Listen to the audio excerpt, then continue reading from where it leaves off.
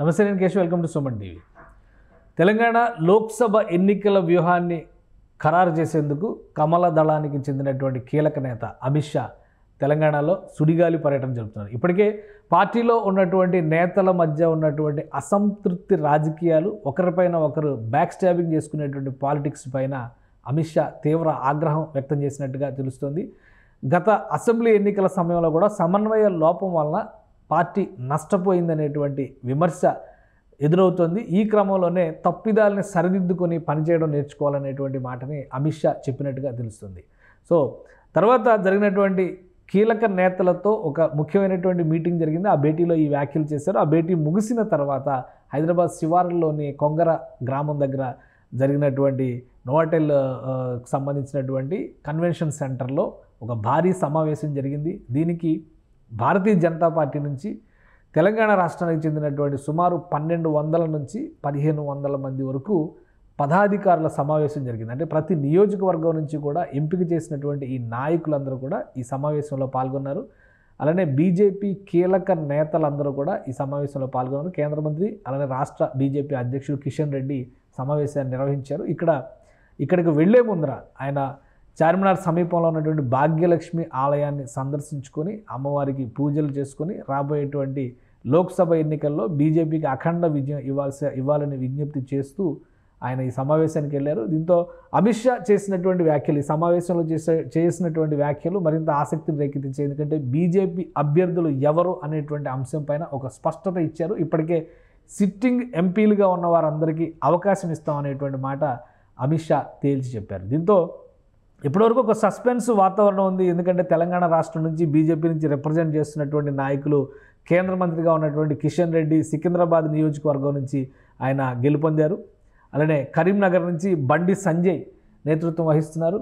ఇక నిజామాబాద్ నుంచి ధర్మపురి అరవింద్ నేతృత్వం వహిస్తున్నారు. ఆదిలాబాద్ నుంచి సోయం బాపురావు ప్రస్తుతం సిట్టింగ్ ఎంపీగా కొనసాగుతున్నారు. అయితే వీళ్ళలో మొదటి ముగ్గురికి కూడా ఒక క్లారిటీ ఉంది, వీళ్ళకి సీట్లు గ్యారంటీగా ఇస్తారనేటువంటి స్పష్టత ఉంది. ఇప్పటివరకు సోయం బాపురావు విషయంలో ఒక అస్పష్టత నెలకొని ఉన్నటువంటి పరిస్థితి. దీనికి ప్రధానమైనటువంటి కారణం ఆయన గత ఎన్నికల్లో, అసెంబ్లీ ఎన్నికల్లో బోధ్ నుంచి పోటీ చేసి అసెంబ్లీలో ఎమ్మెల్యేగా పోటీ చేసి ఓడిపోయినటువంటి పరిస్థితి ఉంది. దీంతో ఈసారి ఆదిలాబాద్ లోక్సభ స్థానాన్ని మరొకరికి కేటాయించేటువంటి అవకాశం ఉంది అనేటువంటి చర్చ జరిగింది. అయితే అనూహ్యంగా ఈ సమావేశాల సందర్భంగా ఈ 4వ టికెట్ను కూడా ఖరారు చేశారు అమిత్ షా. అంటే దాదాపుగా ఉత్తర తెలంగాణలో కీలకమైనటువంటి ఉమ్మడి ఆదిలాబాద్, నిజామాబాద్, అలానే కరీంనగర్, మెదక్ జిల్లాలపైన ఒక ఫోకస్ నడుస్తున్నటువంటి పరిస్థితి. దీనికి సంబంధించి 4 ఎంపీలు ఫిక్స్ చేసేసినటువంటి నేపథ్యంలో మనం చూస్తే ఇంకా పెద్దపల్లి, జహీరాబాద్, మెదక్ నియోజకవర్గాలకు సంబంధించినటువంటి క్యాండిడేట్లు ఎవరు అనేటువంటి చర్చ నడుస్తుంది. పెద్దపల్లికి సంబంధించి ఒక క్లారిటీ రావాల్సి ఉంది. సాధారణంగా పెద్దపల్లి నుంచి వివేక్ ఎంపీగా రిప్రజెంట్ చేసినటువంటి పరిస్థితి ఉండింది. అయితే ఆయన కాంగ్రెస్ పార్టీలోకి వెళ్ళిపోయినటువంటి నేపథ్యంలో ఆ స్థానాన్ని, అది ఎస్సీ రిజర్వ్డ్ స్థానం, ఎవరికి కేటాయిస్తారనేటువంటి ఆసక్తి నెలకొని ఉంది. ఇక జహీరాబాద్, మెదక్ విషయంలో మాత్రం ఒక స్పష్టత ఇప్పటికే వచ్చినట్టుగా చెప్తున్నారు.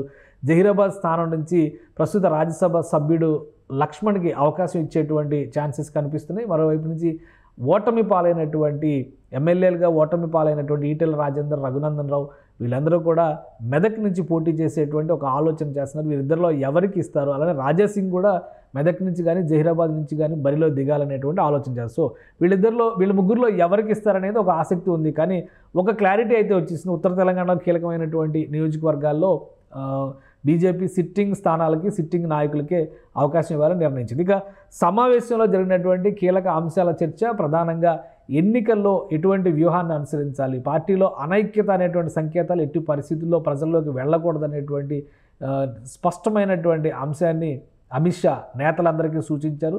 చిన్న చిన్న పొరపాట్లు, తడబాట్లు ఉన్నా కానీ సరిదిద్దుకొని ముందుకు వెళ్ళాలి తప్పితే ఒకరిని ఒకరు బ్యాక్ స్టాబింగ్ చేసుకునేటువంటి చర్యలకు దిగొద్దనేటువంటి హెచ్చరిక జారీ చేశారు. అలానే పదాధికారులకు సంబంధించి రాష్ట్ర వ్యాప్తంగా జరగబోయేటువంటి ఎన్నికల్లో ఒక మాస్టర్ ప్లాన్తో బీజేపీ ఎన్నికల రణరంగంలో అడుగు పెట్టబోతోంది. ఈసారి కేంద్రంలో ప్రభుత్వం ఏర్పడాలంటే తెలంగాణ నుంచి కనీసం 10 స్థానాలు గెలవాల్సినటువంటి ఆవశ్యకత ఉందనేటువంటి సంకేతాలు ఇప్పటికే అగ్రనాయకత్వానికి, రాష్ట్ర పార్టీలో ఉన్నటువంటి అగ్రనాయకత్వానికి ఆయన ఇచ్చారు. ఈ క్రమంలోనే పదాధికారులకు కూడా దిశానిర్దేశం చేస్తున్నారు. సో రాబోయేటువంటి తెలంగాణ ఎలక్షన్స్కి సంబంధించి వీలైనంత తొందరలోనే అభ్యర్థుల ఎంపిక ప్రక్రియ కూడా పూర్తి చేస్తాము. దానికి సంబంధించి కూడా ఎవరెవరు క్యాండిడేట్స్ అంటే కనీసం నియోజకవర్గానికి 3 చొప్పున సిట్టింగ్ స్థానాలను మినహాయించి మిగతా నియోజకవర్గాలకు సంబంధించి కనీసం 3 చొప్పున షార్ట్ లిస్ట్ చేసి ఆ తర్వాతే అభ్యర్థుల ప్రకటన ఉంటుందని అమిత్ షా చెప్పినట్టుగా తెలుస్తోంది. ఈ క్రమంలో జిల్లాల్లో ప్రధానంగా క్షేత్రస్థాయిలో ప్రజలకి అందుబాటులో ఉన్నటువంటి నాయకుల అందరూ కూడా ఎన్నికల ప్రచారానికి సంబంధించి పకడ్బందీ వ్యూహంతో గత అసెంబ్లీ ఎన్నికల్లో ఎలా అయితే బూత్ టు బూత్ ప్లానింగ్ చేసినటువంటి నియోజకవర్గాల అన్నిటిలో కూడా పార్టీ నాయకత్వం విజయం సాధించినటువంటి పరిస్థితి ఉంది. అలాంటి ప్రయత్నాలు చేయని చోటే ఘోరమైనటువంటి పరాజయం ఎదురైందనేటువంటి విమర్శని అమిత్ షా చేశారు. సో ఇప్పటివరకు జరిగినటువంటి పరిణామాలను దృష్టిలో ఉంచుకొని కలిసికట్టుగా బీజేపీ నాయకులందరూ రంగంలో దిగితే తెలంగాణలో లోక్సభ స్థానాల విషయంలో అటు బీఆర్ఎస్ పార్టీని ఇటు అధికారంలో ఉన్నటువంటి కాంగ్రెస్ పార్టీని మట్టి కరిపించవచ్చు అనేటువంటి సంకేతాలు అమిత్ షా క్యాడర్కి ఇచ్చారు. అలానే రాబోయేటువంటి నెల రోజుల్లో మరిన్ని విస్తృతమైనటువంటి పర్యటనలు ఉండబోతున్నాయనేటువంటి సంకేతాలు ఇచ్చారు.